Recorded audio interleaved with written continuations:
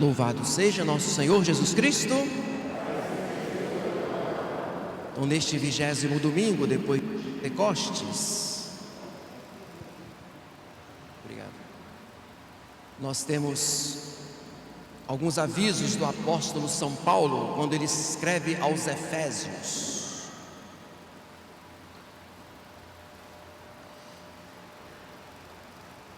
Bom, São Paulo fala que os dias são maus, né? Mas isso há 2000 anos atrás. Então, os dias hoje são o quê? São péssimos. Agora, o conselho de São Paulo, né? Caute ambuletes. Aqui a tradução, andai com circunspecção.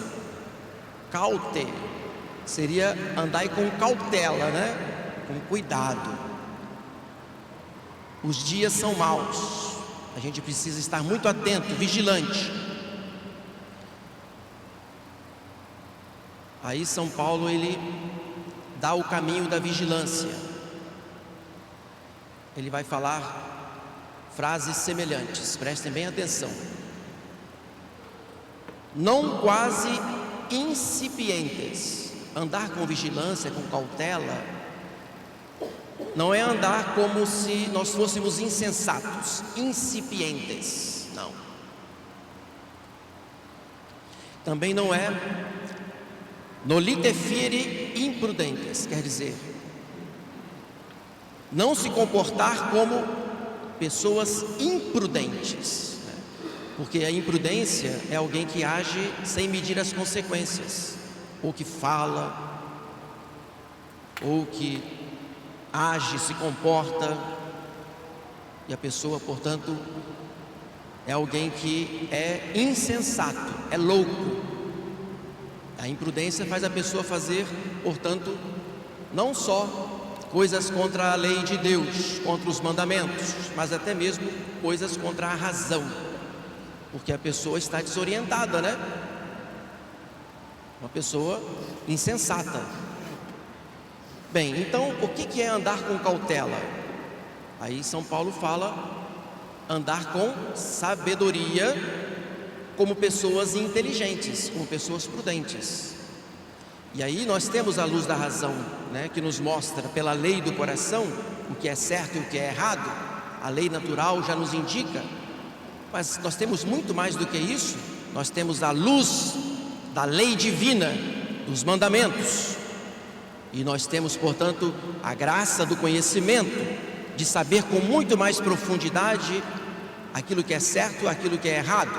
Ou seja, nós temos condições, como católicos, que recebemos os sacramentos, temos condições de agir com sabedoria, de agir com prudência.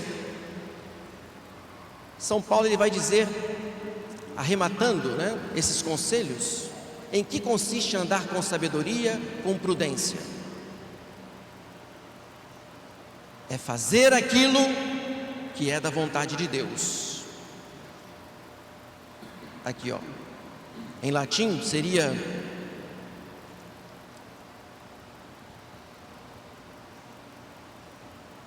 que sit voluntas Dei. Fazer aquelas coisas, que sit voluntas Dei, que são da vontade de Deus. Então, nós muitas vezes podemos olhar para o nosso passado, né? Não sei se é muito distante ou recente, por quantas e quantas vezes nós estávamos agindo com insensatez, com imprudência. Nós nem sequer enxergávamos, às vezes, o erro que nós cometíamos antes, né? Nem dimensionávamos a maldade dos nossos pecados.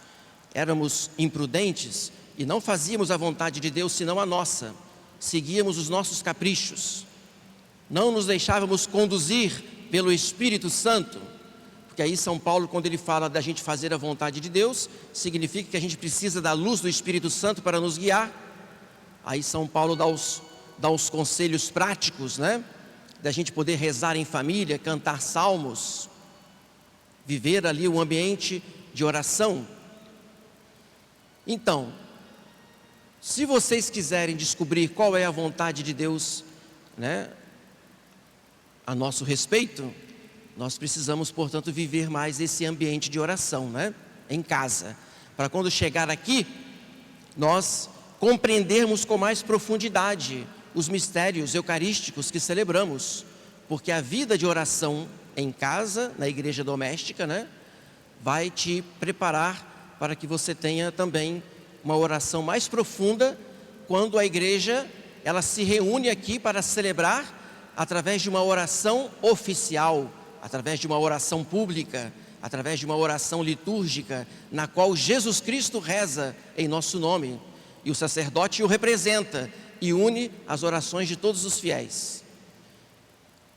Claro que a gente tem que rezar em casa, cantar salmos, fazer as leituras da Bíblia, rezar o Santo Rosário.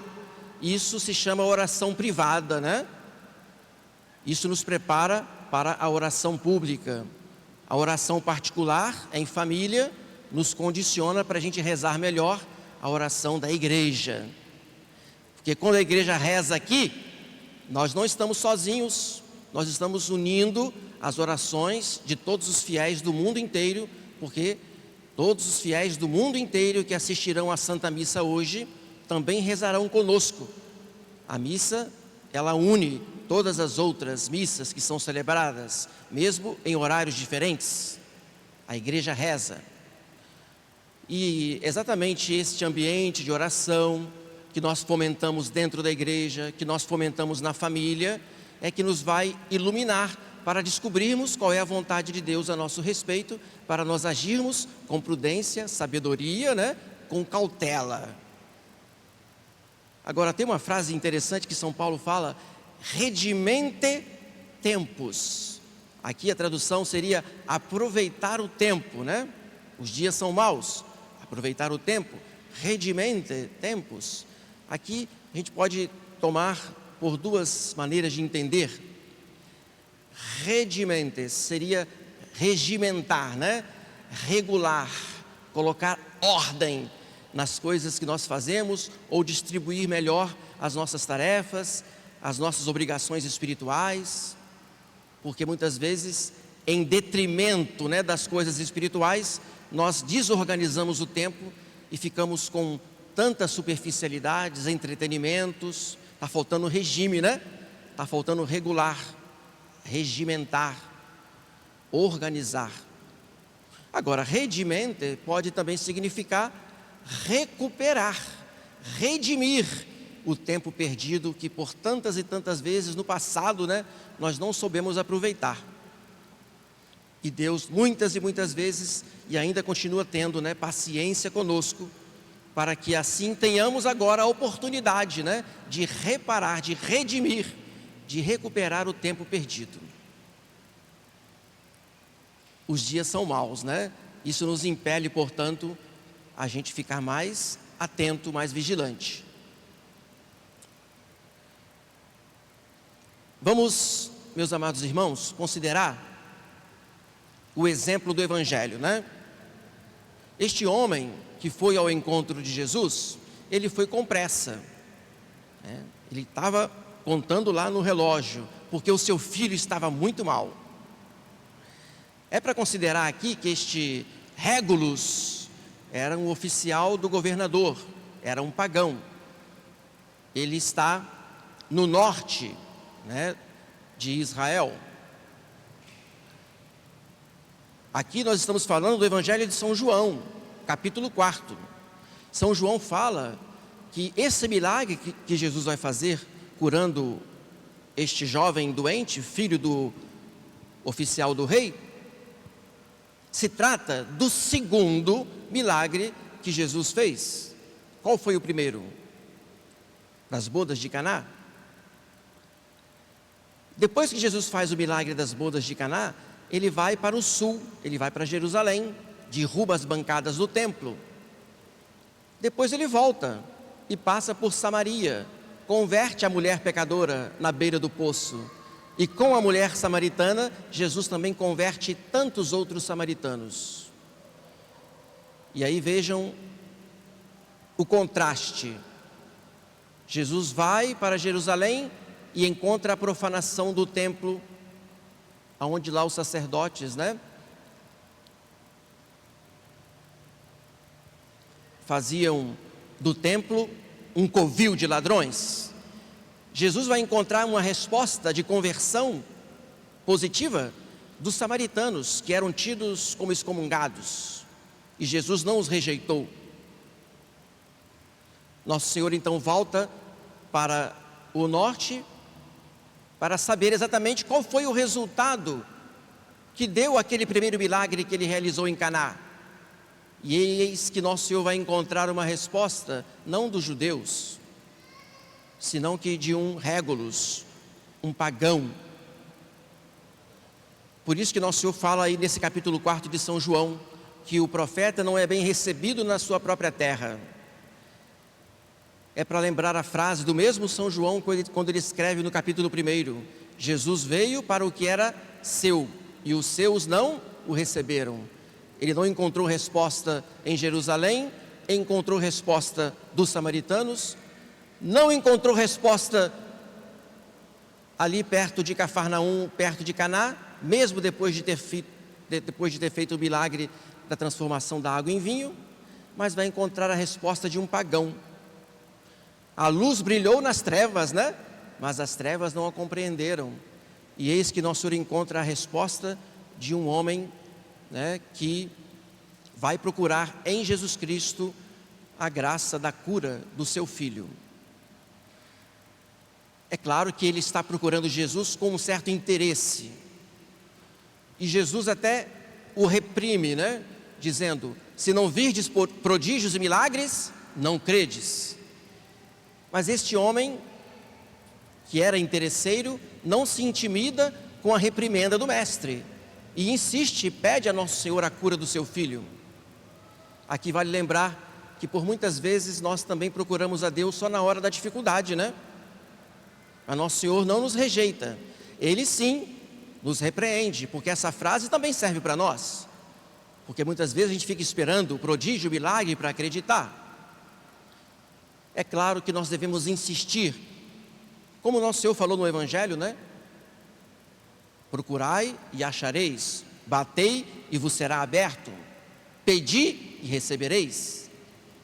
Não se trata da gente impor a Deus a graça que nós pedimos, mas se trata da gente pedir com insistência, com confiança, mas se for da sua santíssima vontade, claro. E aí a gente vê que este homem vai por interesse, se humilha diante da reprimenda do mestre, não desiste, continua pedindo, e aí vai atender à palavra de Nosso Senhor e vai ao encontro do filho, mesmo sem vê-lo já curado, confiando aqui na palavra de Nosso Senhor. É um processo de conversão, É um processo. Ele só vai acreditar que Jesus de fato é o Messias, o Filho de Deus, quando ele chegar em casa e os seus funcionários disserem para ele: olha, seu filho curou-me em tal hora. Foi exatamente nessa hora que Jesus disse: vai, o teu filho vive. Aí ele acreditou que Jesus era Deus. E o que é mais interessante, ainda tem um outro estágio final. Depois que ele acreditar, ele vai conseguir também que toda a sua família passe a acreditar com ele. Isso significa que a pessoa aqui, nesse caso, procurou o mestre, O mestre dos mestres, Jesus Cristo.